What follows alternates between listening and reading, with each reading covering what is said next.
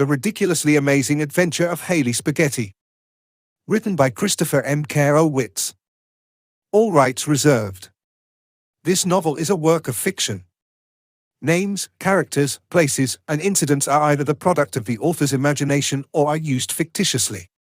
Any resemblance to actual persons, living or passed on, actual events, or locales is entirely coincidental. Now that that's out of the way, I would also like to thank you personally for being here and listening to my incredible story. Please note that I am not an author, I am a storyteller. And you will find out that there is a bit of a difference between the two as we go along. The audio you are hearing has been generated with AI.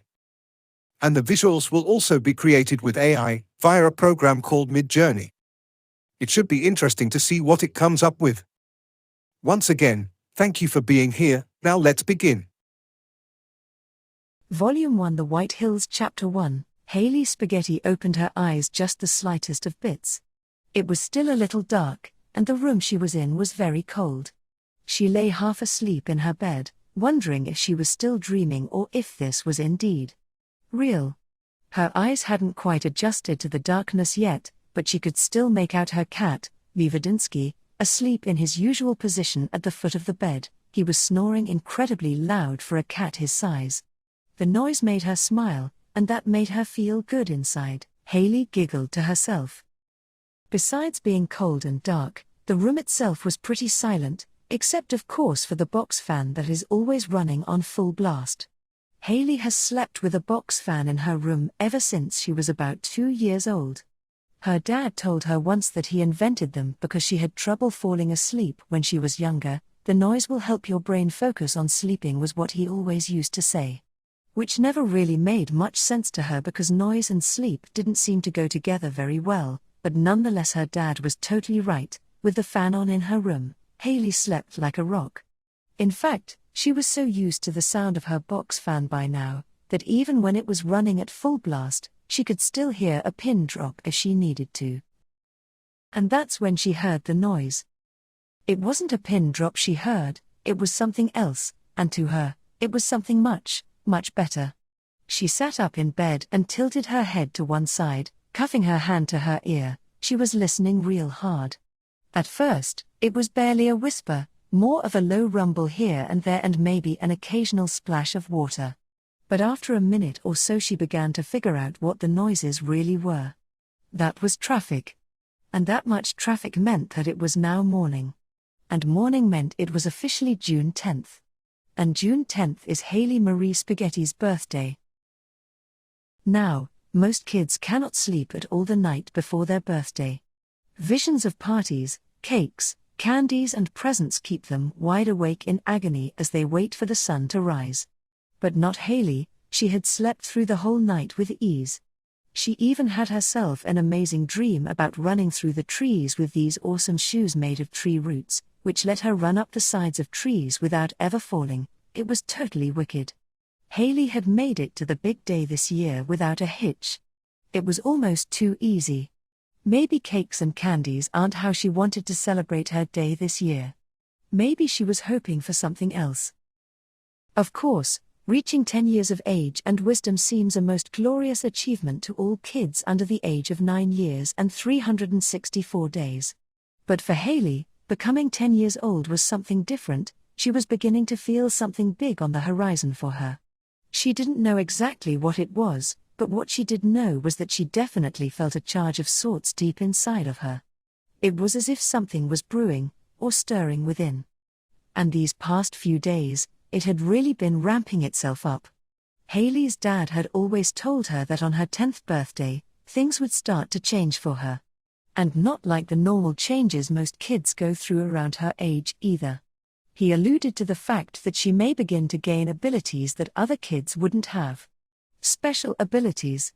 And her father always whispered when he spoke of them too, giving his claims almost instant credibility with her.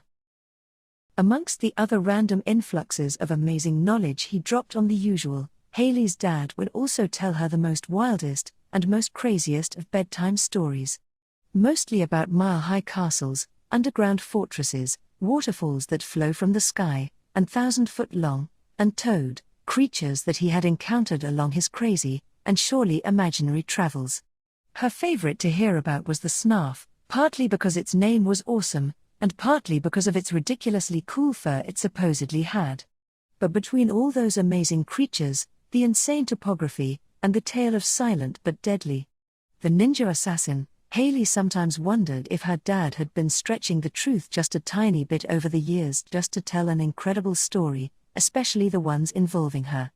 Those stories were especially awesome. Still, true or untrue, Haley often found herself daydreaming of those ridiculous adventures and otherworldly places. She would add her own spin on things, of course. Haley would imagine incredibly beautiful faraway lands that were lined with the most outrageous of landscapes, from the multicolored mountains to the 4 different suns. This was her happy place indeed. Haley loved to let her imagination go and wander these areas, taking in all the sights and sounds from her surroundings. Sometimes, she could actually feel herself running through the wide open fields. The wind would be blowing through her hair and rushing past her face as she reached incredible speeds, like a cheetah. It was most glorious indeed. In those places she was free, unlike at her home. At home, she often felt bored and kind of alone, not the alone like, she wasn't cared for alone. That wasn't the case at all. Her mother loved her very much. We are talking the kind of alone where you think that there is nobody else out there that is like you, or that can at least understand you. That kind of alone.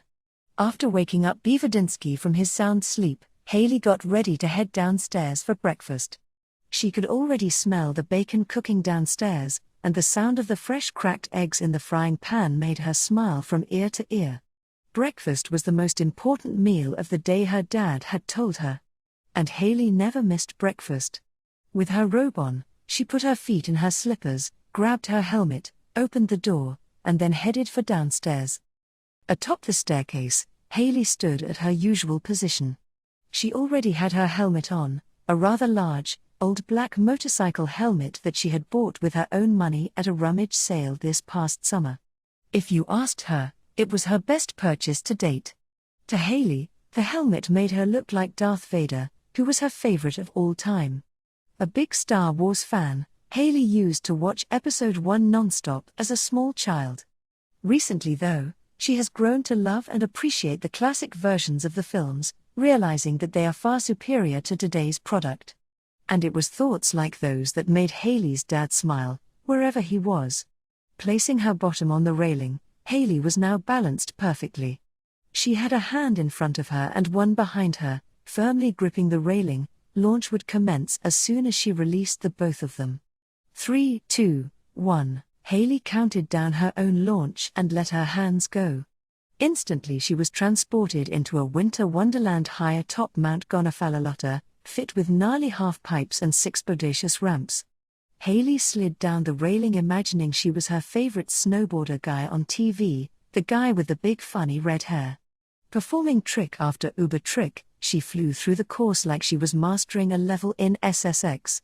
She must have been going well over 100 miles per hour, which allowed her to grab some seriously insane air and string together some seriously insane combos along the way. Eventually Haley made it to the bottom of stairs, ending yet another fantastic run, where her mother was standing with her arms raised waiting for her. Perfect 10, Haley's mom announced, raising an invisible scorecard. She high-fived her daughter and gave her the biggest hug a 10-year-old could possibly receive. Haley's mom was never really worried about Haley sliding down those railings. If you saw it with your own eyes you would realize that it's only about 10-foot slide and takes about 3 seconds to reach the bottom. Happy birthday, kiddo. I've made your favorite breakfast. Run along to the kitchen and go eat, we don't want you to be late for school, she said with a warm smile. Haley gave her mom her helmet and rushed off to the kitchen. She was very hungry.